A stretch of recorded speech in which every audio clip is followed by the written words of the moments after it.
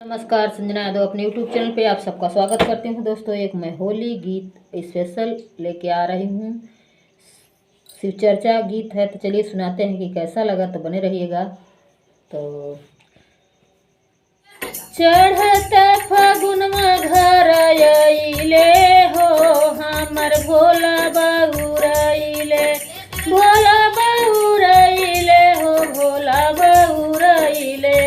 चढ़ते फागुन में घर आइले हो, हमर भोला बहुरइले, भोला बहुरइले, कैलाश छोड़ी आइले, भोला बहुरइले, कैलाश छोड़ी आइले।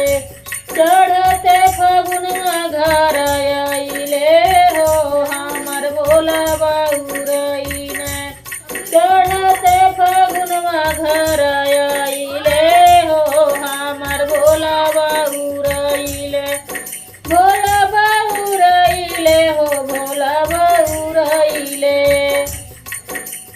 पीसी पीसी पिए ने भांगिया का गोलावा, भांगिया का गोलावा हो, भांगिया का गोलावा, भांगिया के नशा में मातल हो, हमर भोला बहुरइले, भांगिया के नशा में मातल हो, हमर भोला बहुरइले, भोला बहुरइले, भोला बहुरइले, कैलाश छोड़ी आइले, भोला बहुरइले, कैलाश छोड़ी आइले।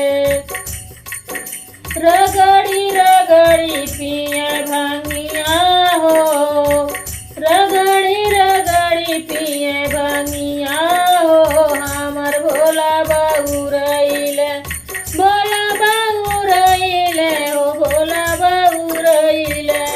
चढ़ते फागुन में घर आइले हो, हमर भोला बहुरइले, चढ़ते फागुन में घर आइले हो, हमर भोला बहुरइले, भोला बहुरइले हो, भोला बहुरइले।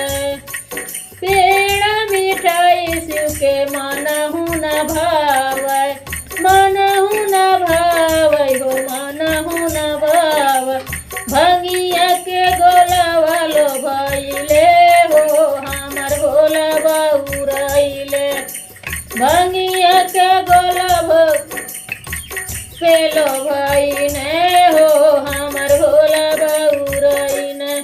चढ़ते फागुन में घर आइले हो, हमर भोला बहुरइले, चढ़ते फागुन में घर आइले हो, हमर भोला बहुरइले। महला दू महला उनके मनहु न भावै, मनहु न भावै हो, मनहु न भावै। टूटही पलनिया लो भइले हो, हमर भोला बहुरइले, टूटही पलनिया लो भइले हो, हमर भोला बहुरइले। चढ़ते फागुन में घर आइले हो, हमर भोला बहुरइले, चढ़ते फागुन में घर आइले हो, हमर भोला बहुरइले। महला दू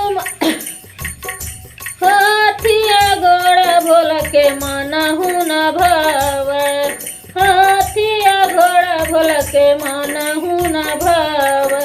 बसहा बैल वालो भइले हो, हमर भोला बहुरइले, बसहा